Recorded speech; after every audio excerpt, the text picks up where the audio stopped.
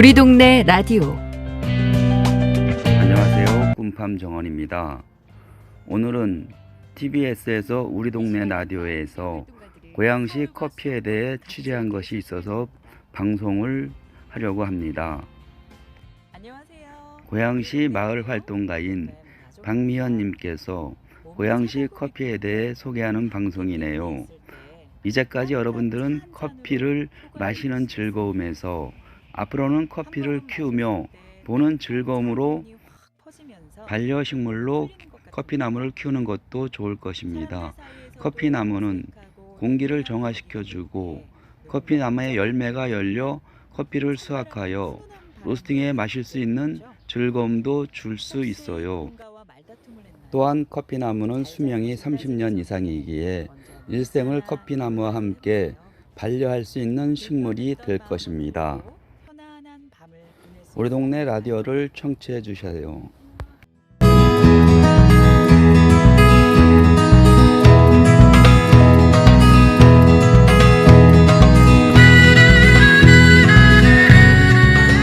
우리 동네 라디오는 마을의 작은 이야기를 통해 세상과 소통합니다. 커피 많이들 드시죠? 요즘처럼 쌀쌀한 날엔 따뜻한 커피가 제격인데요. 커피를 수입하지 않고 직접 재배하는 곳이 있다네요. 자세한 얘기 박미연 활동가와 말씀 나눠봅니다. 안녕하세요. 네, 안녕하세요. 네, 박미연 씨 커피 좋아하세요? 네, 아주 좋아해서 네. 하루에 한두 잔은 꼭 먹는 것 같아요. 뭐 커피 드시면 잠 안 온다는데 저는 전혀 영향을 안 받아요. 네, 커피를 정말 좋아하시는군요. 네. 커피는 저는 에티오피아 같은 더운 나라에서 생산되는 걸로 알고 있었는데요. 우리나라에서 커피 농사를 하는 분들이 그것도 고향에 있다고요? 네, 고양시에서 커피를 직접 재배하는 분들이 있습니다. 그중에 한 분은 7년째 커피 농사를 짓고 있는 분인데요. 네. 고양시 선유동에 위치한 커피 체험 농장 임윤경 대표입니다. 네. 커피 농사를 처음 시작했을 때는 발화에 실패했다고 하더라고요. 그런데 요즘은 아주 빨갛고 노랗게 익어가는 그 커피 열매를 커피 체리라고 하거든요. 네네. 그 체리 따는 재미에 아주 푹 빠져 계시더라고요. 오. 네, 다른 한 분은 네. 고양시 송포동에 위치한 커피 농장 정현석 대표가 계신데요. 네. 벌써 11년 차 커피 농부라고 합니다. 국내산 원두로 블렌딩한 제품까지 출시했더라고요. 아, 우리나라에서 7년, 벌써 11년째 커피를 이렇게 농사 짓고 있었는데 저는 하나도 모르고 있었네요. 그러셨군요. 아, 그렇군요. 커피 농사를 하는 분 두 분을 소개해 주셨는데 이 두 분에게 커피 농사를 짓는다는 것 말고도 뭐 또 다른 공통점이 있을까요? 아, 네. 젊은 시절에 다른 일을 하시다가요. 네. 인생 이막에서 도시농부가 되셨다고 하더라고요. 그러면서 뭐 다른 평범한 작물들도 있지만 커피 농사를 짓게 되었다는 게 공통점입니다. 네. 임윤경 대표는 한때 레스토랑을 경영하다가 네. 문을 닫게 되면서 농부의 길을 걷게 됐다고 하고요. 네. 정현석 대표는 금융인으로 평범한 직장 생활을 하다가 인생 이막을 준비하는 과정에서 우연히 커피와 인연이 됐다고 하더라고요. 네. 레스토랑을 경영하시고 또 금융인이셨던 분들이 네. 만드는 커피 어떤 커피인지 궁금한데 우리나라에서 몇 군데 커피를 재배하는 곳이 있긴 하지만 기후가 잘 맞지 않아서 힘들다고 들었어요. 그런데 임윤경 정현석 대표가 그 어렵다는 커피 농사를 짓게 된 이유가 뭘까요? 저도 정말 궁금하더라고요. 그래서 물어봤습니다. 정현석 대표와의 인터뷰입니다. 제 직업이 전혀 생각하지도 않았던 그 농부로서의 삶을 어느 순간 살고 있더라고요. 저 농부로 살 줄은 꿈에도 사실 몰랐거든요. 회사를 다니면서 이제 인생 제 2막을 좀 준비를 해보려고 했었거든요. 공부를 시작을 하다 보니까 뭐 다양한 사람들을 만나게 됐지만 그 중에 이제 하나의 프로젝트가 이제 혼자 사시는 홀로 어르신들 그분의 원예치료를 제가 맡게 됐고요. 그분들하고 이제 상담을 하다 보니까 내가 무엇을 어떻게 해야 될지 이제 감이 오게 됐잖아요. 그래서 그분들은 취약계층이다 보니까 원예치료도 좋지만 수익 작물이 병행하면 좋겠다. 이런 생각이 들었고요. 그런 작물을 찾다 보니까 사실은 커피가 되게 됐던 겁니다. 그렇군요. 꿈에도 생각지 않았다. 네, 그러시더라고요. 네. 정현석 대표는 원예 치료 프로젝트를 진행하면서 선택한 작물이 커피였고요. 커피 농사를 짓게 되면서 알게 된 이주 노동자들과 지금까지도 서로 도움을 주고받고 있다고 해요. 또 다른 커피 농부 임윤경 대표는 어린이를 동반한 가족들에게 바베큐 체험 파티를 해주게 되면서 본격적인 체험 농장을 운영하게 됐는데요. 다양한 볼거리를 제공하자는 그런 생각으로 커피 나무를 직접 키우게 됐다고 합니다. 그러시군요. 다양한 뭐 그런 이유로 커피 농장을 하게 되셨는데 주변 반응은 어땠을지 궁금한데요. 그렇죠. 저 같으면 퇴직금 날리면 어떡하냐고 뜯어 말렸을 것 같거든요. 네네. 근데 그분들의 가족은 속으로 걱정을 하면서도 가장의 뜻을 그 가장이 결정한 내용을 묵묵히 잘 따라주었다고 해요. 실제로 살고 있던 아파트를 팔아서 그 농장에 전부 투자했다고 하던데요. 아파트까지 네. 팔아서. 정현석 대표는 한동안 그 동네에서 진짜 미친 사람 취급을 받고 투명 인간 취급도 받았다고 해요. 그 정도로 좀 무모한 도전이었다고 하는데 네. 다행히 몇 해 지나면서 자리를 잡아서 지금은 주변에서 좀 인정을 해주고 있다고 하더라고요. 예, 그렇게 무모하게 도전했던 것이 성공을 해서 이렇게 우리가 이야기를 나눌 수 있지 않나 싶은데 커피가 상추, 배추처럼 평범한 작물이 아니잖아요. 그래서 키우는 과정이 많이 힘들었을 것 같은데 어떤가요? 네, 이게 원산지였다면 사실 노지에서 자라는 게 너무 자연스러운 일인데 우리나라에서는 하우스 재배를 할 수밖에 없다고 합니다. 네. 겨울철 냉해를 피하기 위해서 온도 유지가 제일 중요하다고 하는데요. 선유동 커피 체험 농장 임윤경 대표의 얘기를 들어보시죠. 네.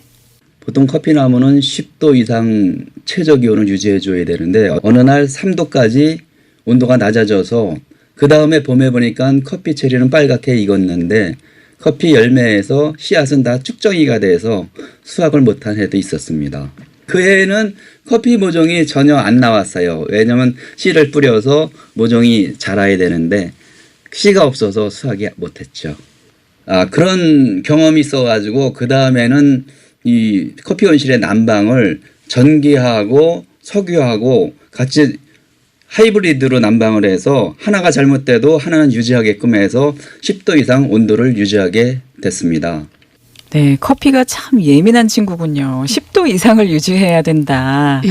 아유, 고생을 그것도- 많이 하셨는데. 네, 18도 정도를 겨울에도 유지해 주는 게 좋다고 하더라고요. 네. 네, 이분뿐만 아니라 정현석 대표도 온도 조절에 실패해서 첫 수확 때는 한 3분의 1 정도밖에 수확을 못했다고 하시더라고요.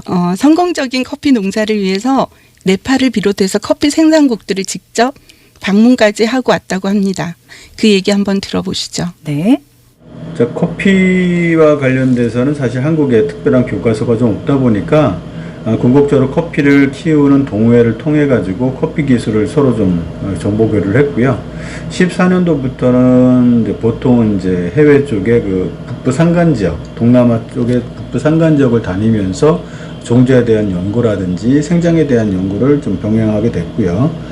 16년도에는 실질적으로 이제 그 지진 피해가 난 그 네팔 지역에 그쪽의 농부들하고 뭔가 또 다른 삶의 어떤 터전을 만들기 위해서 이제 커피라는 장목을 선택을 해서 협동작업을 만들고 제가 17년부터는 이제 꾸준하게 가서 제가 알고 있는 지식을 또 이제 가공 기술을 전해주고 있는 그런 현재 상태입니다.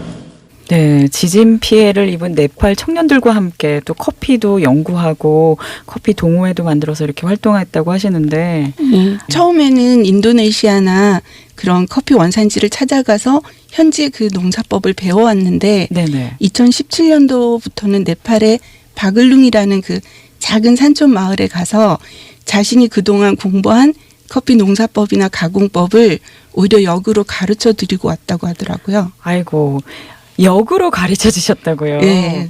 네, 기후가 맞지 않은 상황에서 커피 재배에서 정말 성공을 하셨는데 그런데 중요한 건 맛과 향이잖아요. 커피는. 네. 이분들이 재배한 커피 맛이 궁금한데요. 저도 마셔봤는데요. 네네. 좀 부드러운 맛이었어요. 하나 아쉬운 건 고향 커피 수확량이 많지는 않아서 네. 네팔산과 동티모르산 등과 이렇게 같이 블렌딩했는데요. 네네. 고향 커피만의 그 독특한 맛과 아주 잘 어우러졌다는 평가를 받았더라고요. 이 커피 맛본 다른 시민들의 반응 함께 들어보실까요? 네.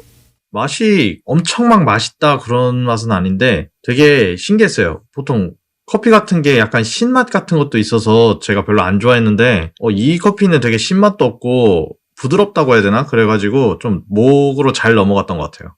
고향 커피라고 해서 처음엔 좀 신기했었는데 먹어보니까 굉장히 깔끔하고 부드러운 맛이었어요. 생각보다 맛있어서 놀랬고요. 기대 이상의 맛이었습니다. 부드럽고 깔끔해요. 국내에서 키운 커피 맛이라 그런지 더 친숙하고 정감 가는 맛이네요. 네, 공통적으로 부드럽고 깔끔하다. 또 한 청년은 뭐 엄청 맛있지는 않지만 이렇게 솔직하게 말씀해 주셨는데요. 신맛이 강하지는 않은 것 같더라고요. 저는 네. 신맛을 좋아하는데. 안타깝네요. 근데 다들 깔끔하고 부드럽다 이렇게 말씀해 주시네요. 네, 커피 외에도 전 깜짝 놀랐어요. 이런 게 있는지 정말 상상도 못했거든요. 커피 잎차도 있다고요. 예. 직접 만드셨다고요. 네, 저도 직접 만들어서 마셔보기까지 했는데요. 네.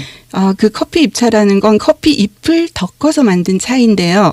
커피 열매나 꽃은 1년에 수확할 수 있는 날이 정해져 있다고 해요. 네네. 하지만 이제 커피 잎은 사계절 내내 푸른 잎을 보고 즐길 수가 있는데 이 커피 잎을 따서 잘 씻어서 물기를 말리고 가늘게 채를 썰어서 네네. 그 녹차 만들 때처럼 덕근과 식김을 9번 정도 반복해 준대요.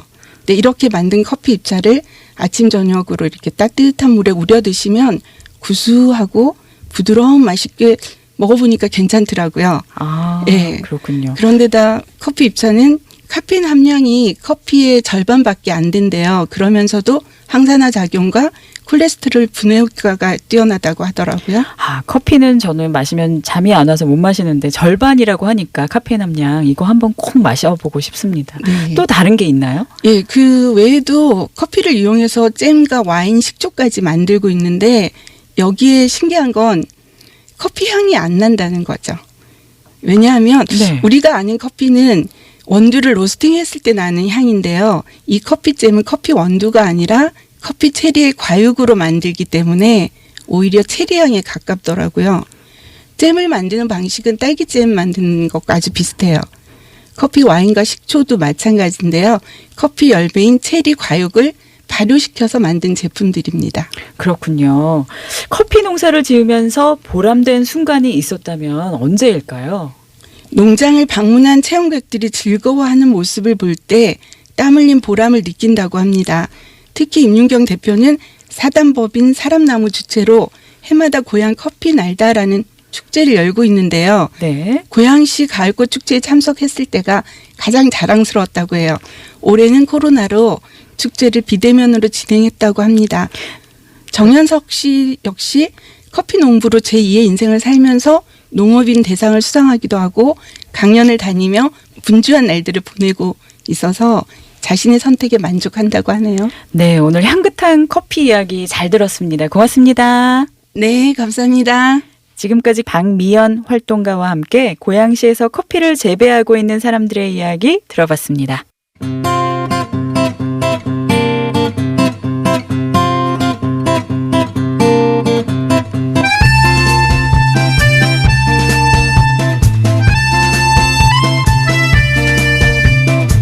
어디에선가 향긋한 커피 향이 나는 것 같지 않나요? 인생 2막을 새롭게 도전하고 그 누구보다 열심히 사는 이들에겐 커피 향보다 더 좋은 향기가 날 겁니다. 인생은 두려워하기보단 일단 부딪혀봐야 한다는 것을 행동으로 보여주는 것 같네요.